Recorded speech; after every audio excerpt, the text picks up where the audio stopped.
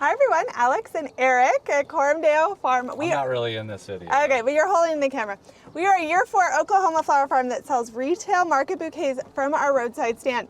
We are heading out, or I'm heading out to harvest, and I thought it would be helpful to show you my process because I know sometimes, especially if you're newer, you're trying to understand the mechanics of harvesting efficiently. What does it look like? What are people doing? What are your hands doing? How are you bunching? How do I do this? How do I do this well? And so Eric has the camera. I have Bupleurum, snapdragons, larkspur, and maybe some statice to harvest for our flower stand sales on Saturday. That's what I'm going to harvest right now. I'll have Eric turn the camera around. There are a ton that have opened up today because it was really sunny and I didn't come out here until this evening. So I have a ton to harvest, but I will show you the process for those like 4 or 5 flowers and then turn the camera off so I can go turbo mode. So my supplies here that I brought with me, before we had a cart, I used a cute little wagon, but I have my harvest buckets. They just have fresh water in them. I just pump the Crystal No. 2 holding solution directly in them. I don't do a different solution for harvesting and then put them in a different bucket with a different solution for the cooler. I don't have time for that. They're not out here for that long. They'll probably be out here like 30 minutes while I do the task. So they'll just go directly in the cooler with the holding solution already in them. I have my snips that I like to use. I'm trying to get better about wearing a glove for all of the leaf stripping, especially with like snapdragons and stuff. It can kind of stain your fingers and whatnot. So I have my gloves and then I have my rubber bands. Depending on my mood or need, I will sometimes rubber band them and bunch them. Other times I will just like put them all in a bucket like Bupleurum or something. I'll just plop in a bucket and not bunch. If I'm needing to make a certain amount of bouquets and I've worked out the recipe and I know how much I need to harvest, I will be more accurate in my bunching. Like I will bunch 10 stems per rubber band. I will count that and I will know exactly how much I have. So it kind of depends on what I'm doing, how much time I have, whether I'm pretty accurate in my bunching and my counting. But I leave my rubber bands on the back of the cart here. I don't carry them with me. I tend to just go back and forth. What? Talk about your favorite snips. Oh yeah. What are they?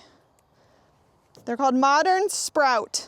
I will put them in the link below. I really like them. Eric found them for me. They come in cute colors. So this one's purple. I have a green and a yellow and a pink one too. I like them. The reason I like them is I like that they have a little, the way their handle clip is, I can hook them. Like if I don't have a belt, I can like hook them on me versus like the red, gosh, I forget the name. The fancy red ones that everyone likes that are expensive. They have more of like a leather clip bottom and I don't think it works very well. Anyways, this is what I like and that's that. So I guess I have a purple theme here with my purple glove and my purple snips. But let's start with larkspur and I'll show you where I cut, how I strip the leaves, that sort of thing for our harvesting video. So this is a larkspur QIS mix. Planted this in November. It started blooming about 2 weeks ago, but now it's really doing its biggest flush. I would have loved this volume for Mother's Day, but I get it the week after. It kind of changes year to year. Last year, it bloomed the week before Mother's Day, so maybe next year I'll hit the jackpot and nail it for Mother's Day week. Larkspur needs to be, there's different ways to harvest it. So if you want to hold it in a cooler for a week, you want to harvest larkspur pretty tight would be the phrase I would use. So an example of that would be like this one. So the bottom floret has opened, you can see color in the buds, but the stalk is not bloomed out. This sort of larkspur is going to hold really well in the cooler, not drop its petals, not get overly mature. This sort of larkspur will not hold well and will not keep well, and pretty soon it's probably even already been pollinated and it'll start losing its petals. So if you had something like tomorrow, you could probably get away with this a little bit, but your ideal is not past like this point. So you have a couple of florets open, other ones are colored, and then you have a good big sized flower to go with.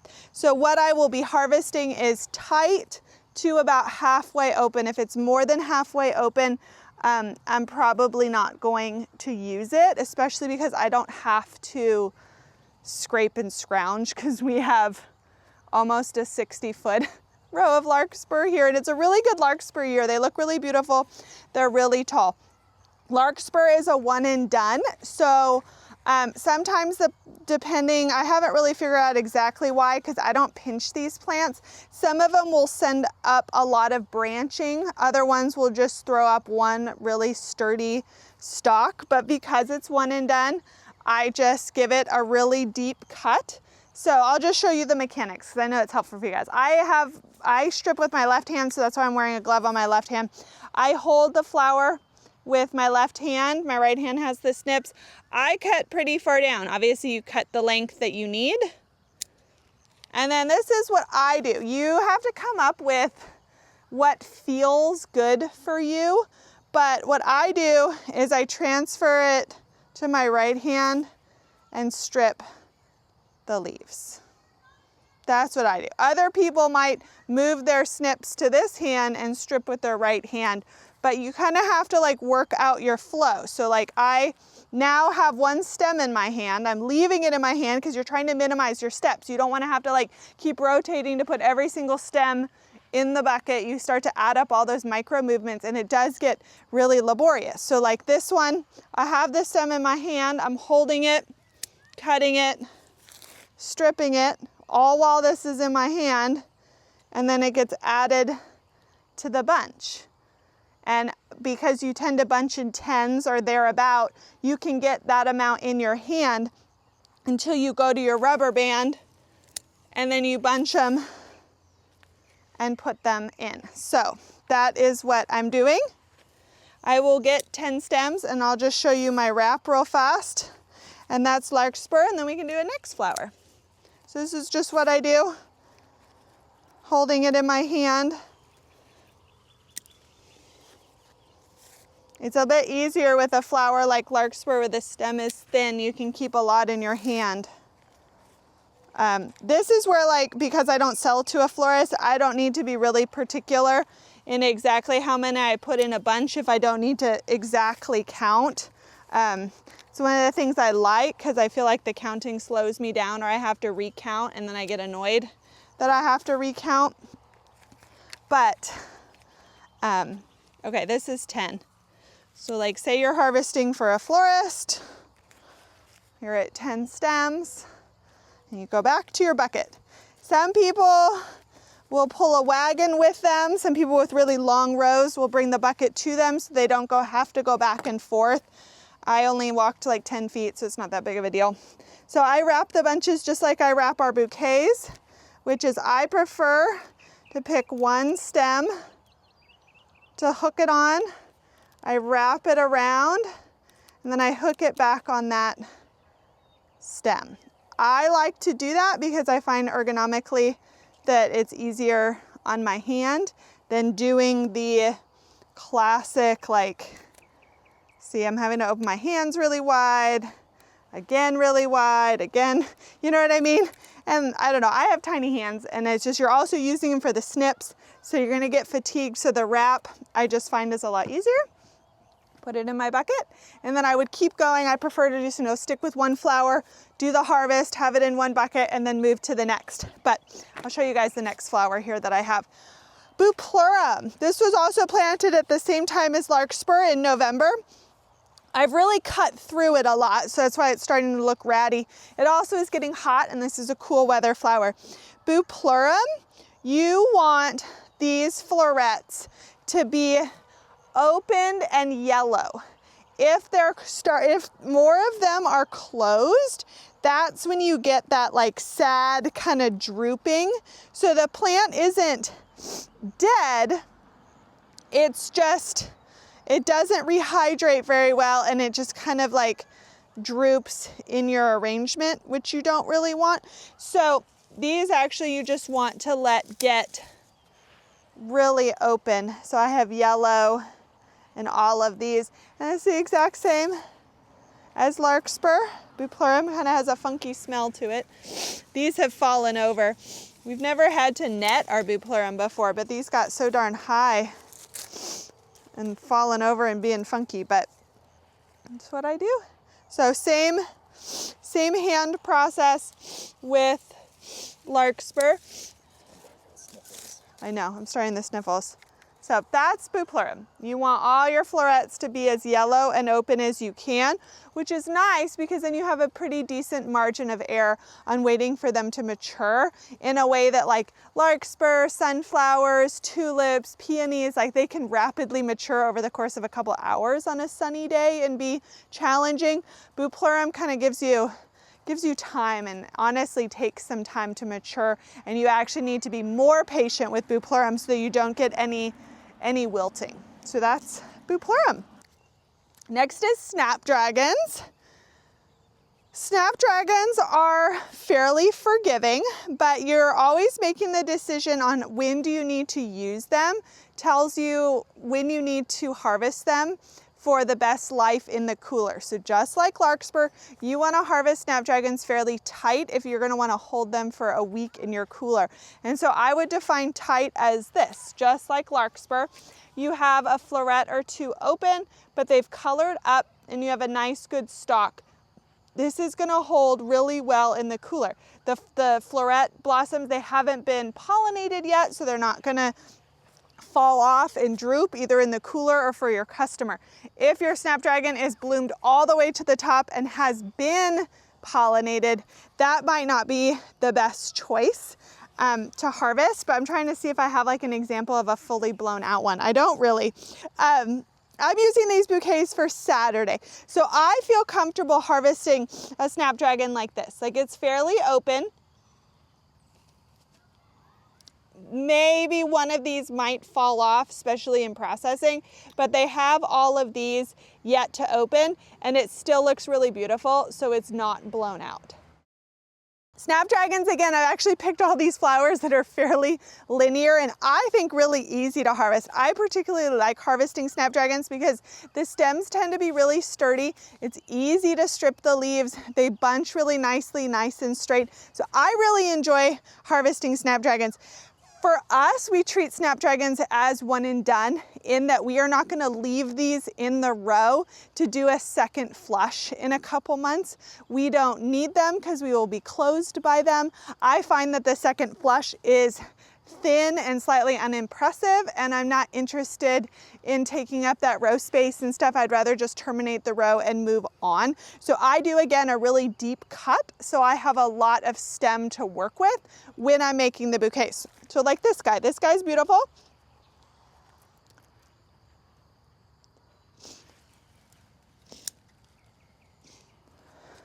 So I cut it with, I'm holding it with my left, I transfer it to my right.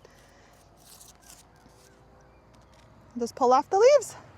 I like to pull off most of the leaves. If I end up leaving a couple leaves, it's more just because I didn't get my hands all the way to the top to strip it. But if you leave a couple leaves, that's not really going to affect vase life.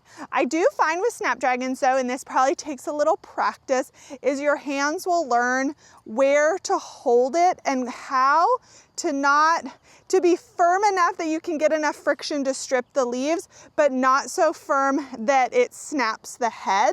And probably every like 1 out of 40, I get my hand in a funky spot, like up too high or the leverage is not quite right and it snaps. So just be careful, it snaps, ha ha ha ha. So just with practice, you'll kind of get a feel of where you can hold it and the tension to put on your non-stripping hand so that you don't break that head. But this is snapdragons. After filming all of that, Eric just realized we're filming in a different mode on our new camera we're trying. So I don't want to redo all of that, but the mode might have shifted here at the video. But the last flower I have here to show you guys is statice. I don't have a ton of it mature yet, but I have enough to show you the harvest stage. So the harvest stage is, you want roughly 2/3 of the blossoms open. So an example of that would be, let's find one I would harvest. I would harvest this one.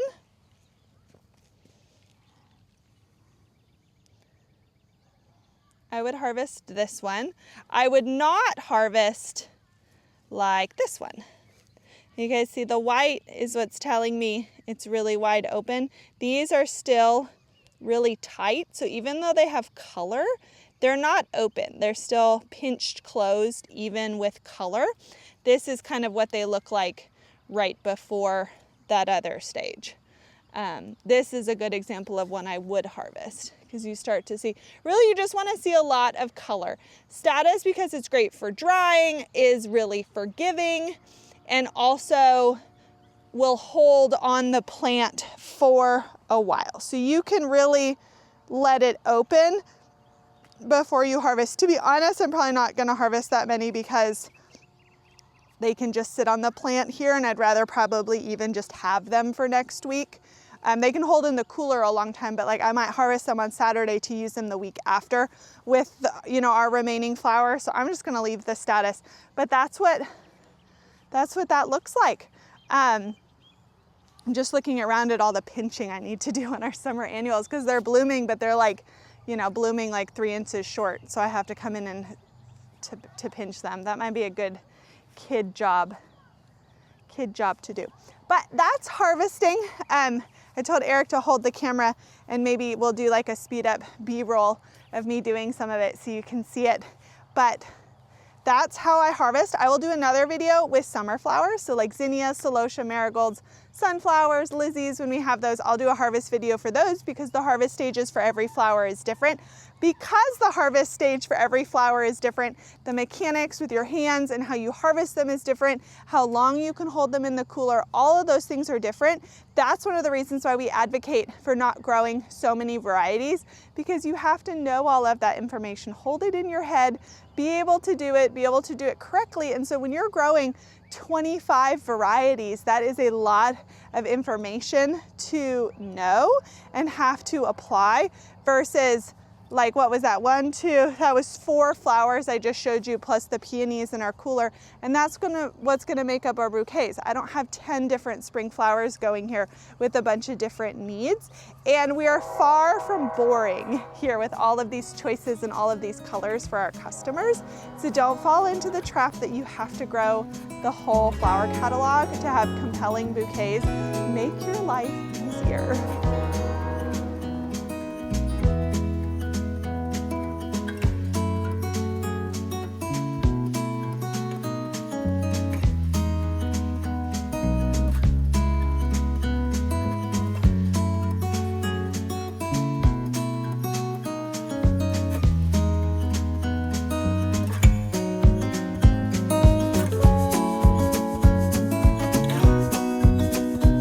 Little fairy wands.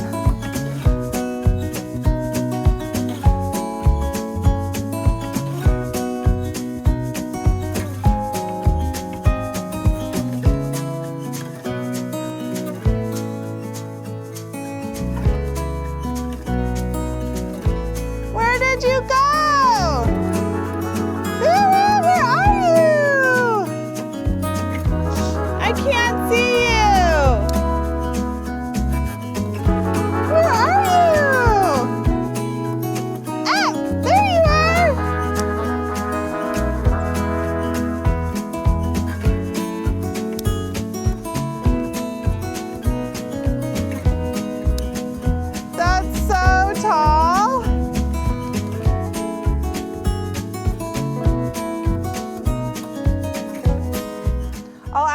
Comment because I know someone will ask, do I tell people about poisonous flowers that we grow in their bouquets like larkspur? No, I do not. I assume when people buy flowers, they're buying it for its intended purpose, which is display, and that they're not eating my flowers. And most flowers are poisonous, to be honest. Just don't eat them.